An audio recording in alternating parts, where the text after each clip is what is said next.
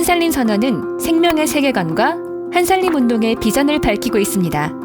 인간과 인간, 인간과 자연의 연결을 가로막는 산업화와 기계 문명은 죽임의 질서입니다. 이 죽임의 질서를 살림의 문명으로 바꾸기 위해서는 전일적인 생명운동이 필요합니다. 한살림 선언은 이념과 종교, 계급의 벽을 허물고 서로 상대를 바라보고 인정하며 연결되어 협동할 것을 제안합니다.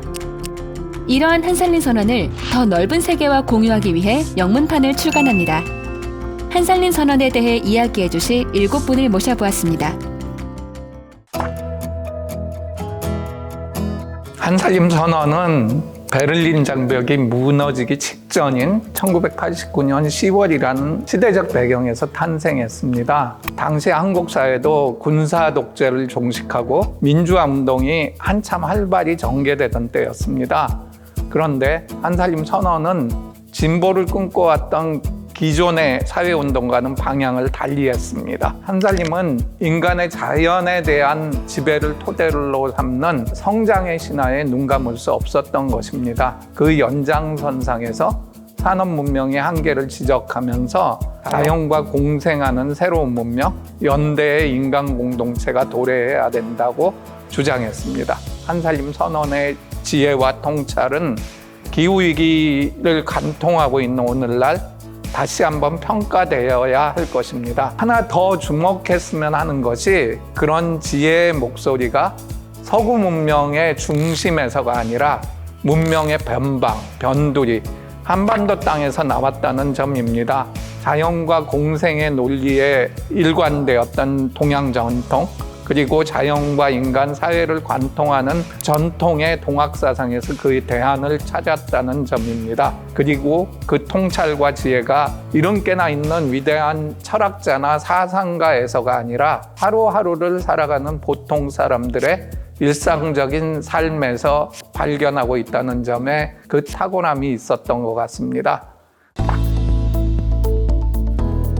한살림이란 이름부터 또 뭐 그 여러 가지가 그 당시에 좀 엉뚱하다고 생각하는 사람들이 많았어요. 선언을 하게 된 그 시대적인 배경이라든가 뜻을 모았던 사람들이 한살림을 준비했던 사람들이 어떤 동기를 가지고 한살림 선언을 하게 됐고 개인적으로 내가 대표해서 집필하게 됐는지 말씀드리겠습니다.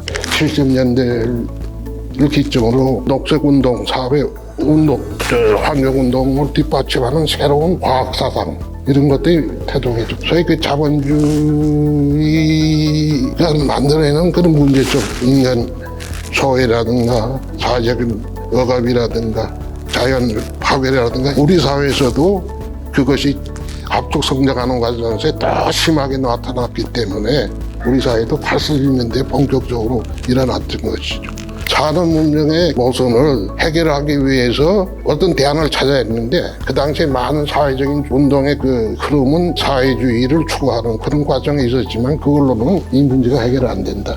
오랫동안 이 문제를 가지고 절했지만 성과를 못 얻고 기껏해야 이제 신형조합 운동만 그래도 어느 정도 모습이 보이는 그런 상황이었기 때문에 원주에서 신형조합 운동하던 장혜병 선생, 시인 김지아, 농촌운동을 주로 해왔던 박재일, 그 밖에 이제 원주에 있었던 많은 분들, 하여튼 그 80년대 후반에 그런 모임을 갖고 10월에 이제 그 한살림 선언을 채택을 했어요, 공정식으로.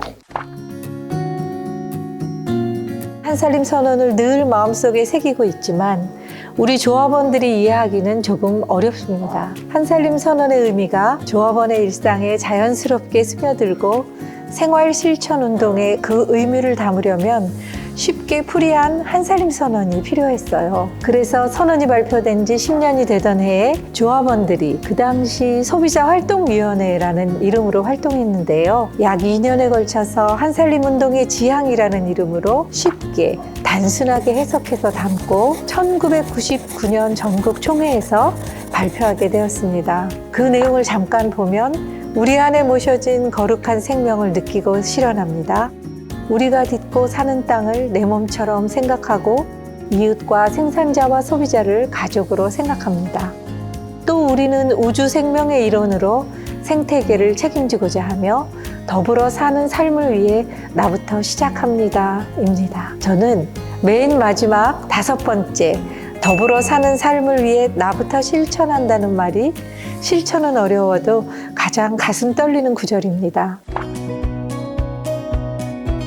자본주의가 더욱 깊어지고 산업혁명이 깊어질수록 의외로 불평등은 점점 심해지고 있습니다. 그리고 더욱더 문제가 되고 있는 것은 기후위기라는 지구적인 문제점을 또 안고 있어요. 불평등과 기후위기는 지금 시대의 가장 중요한 시대 정신입니다. 그런 것들을 극복할 수 있는 가장 지름길이 생명의 기운을 느끼는 이런 운동이라고 말할 수 있죠. 그것이 한살림 선언에 담겨 있습니다. 한살림 선언이 전 세계에 있는 분들이 같이 보면서 공유하고 싶어 하는 마음으로 출판하게 되었습니다.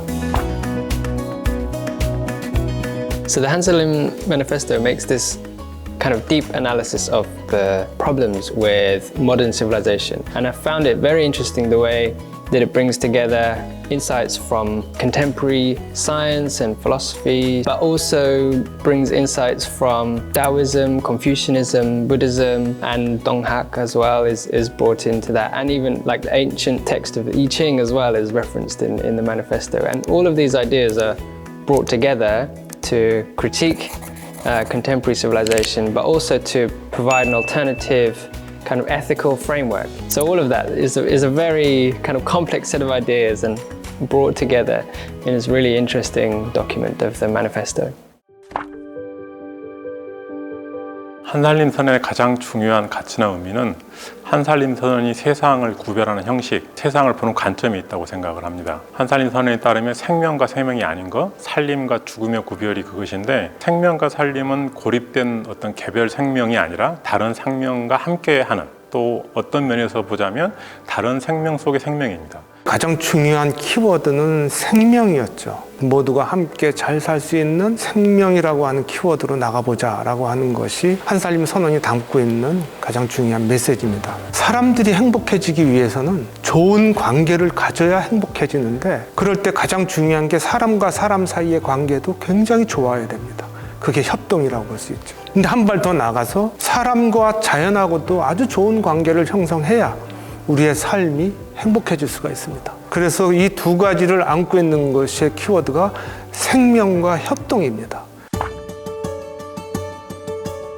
이 선언은 자본주의와 사회주의를 넘어서서 생명을 살리는 새로운 문명을 만들자고 제안했습니다. 한살림 사람들은 이런 정신을 바탕으로 지난 30여 년 동안 생명과 협동의 문명을 만들기 위해 애써왔고 또 많은 성과를 이루었습니다. 그런데 지금 세계적으로 코로나와 기후위기가 지구의 생명을 위협하고 있습니다. 30여 년 전의 문제는 더욱 심해져서 긴박한 위기로 우리에게 다가오고 있습니다. 이런 때에 우리는 한살림 선언이 말하는 생명의 문명이라는 화두를 깊이 생각하면서 새롭게 전환운동을 시작해야 한다고 생각합니다. 기계 문명, 자본주의, 사회주의 같은 문명과 제도를 생명의 문명, 생명의 전환운동이라는 커다란 흐름 속에 녹여내면서 모든 생명이 자유로운 공동체를 만들어가야 할 것입니다. 우리가 지구의 생명과 함께 그런 일을 할 수 있고 또 해야 한다고 저는 생각합니다. 모두 구체적인 삶의 현장에서 생명을 위한 전환을 실천해가면 좋겠습니다. 지금 코로나19와 기후위기 상황은 한살림 선언이 우려했었던 어떤 비생명과 죽음의 도래인 것처럼 보입니다. 문제는 현재 비생명과 죽음을 극복하려는 시도들이 한살림 선언이 30년 전에 비판하고 또 넘어서고자 했었던 어떤 협소한 의미의 합리주의, 과학주의, 생명에 대한 근본주의적 태도 등이 여전히 주도하고 있다는 것입니다. 지금 어떤 한살림 선언의 가치와 의의는 그 당시에 과학, 사상, 문화 등을 비판적으로 재검토하면서 생명과 살림을 새롭게 제시하고자 했었던 그 치열함을 다시 생각하는 것에서 찾아야 한다고 생각합니다.